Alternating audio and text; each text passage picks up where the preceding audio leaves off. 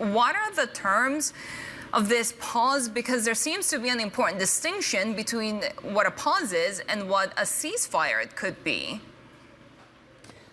That's right, Sherry. And both the U.S. and particularly the Israeli government are making clear this is not a ceasefire, that this pause is humanitarian in nature. It is to allow, as you just noted, civilians to go from the north, where the fighting is heaviest, in more of a safety corridor, to be able to leave some of that fighting, to flee to areas where it is safer.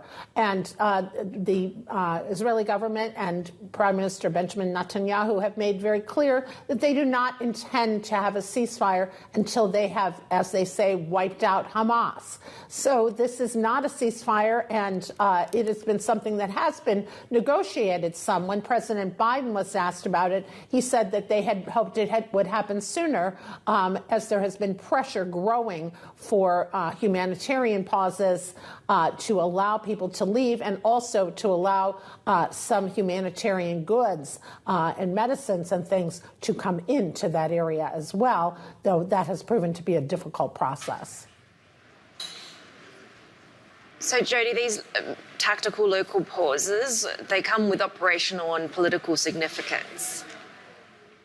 Yes, they do, Heidi. On the operational side, it's that even Israel, which has been very clear, as I just noted, about not stopping the fighting, is noting that there is worldwide pressure to get people to be able to leave some of the more risky areas, and also to try to stem this humanitarian crisis.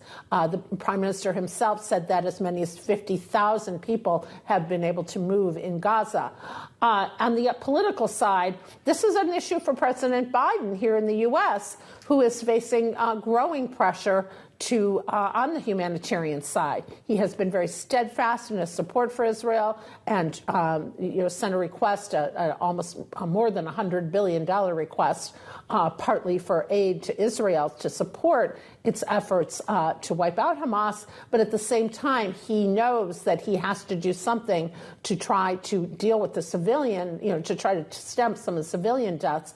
And certainly these pictures on the news every night of bombings, there is a political price that the president is paying on this, including with members of his own Democratic Party on the left. So he's trying to walk that line of steadfast support for Israel while being concerned about the humanitarian aspects of this and pushing Israel to do more on that front. Yeah, so give us an update on the situation on the ground and how much these pauses could potentially help the humanitarian crisis there.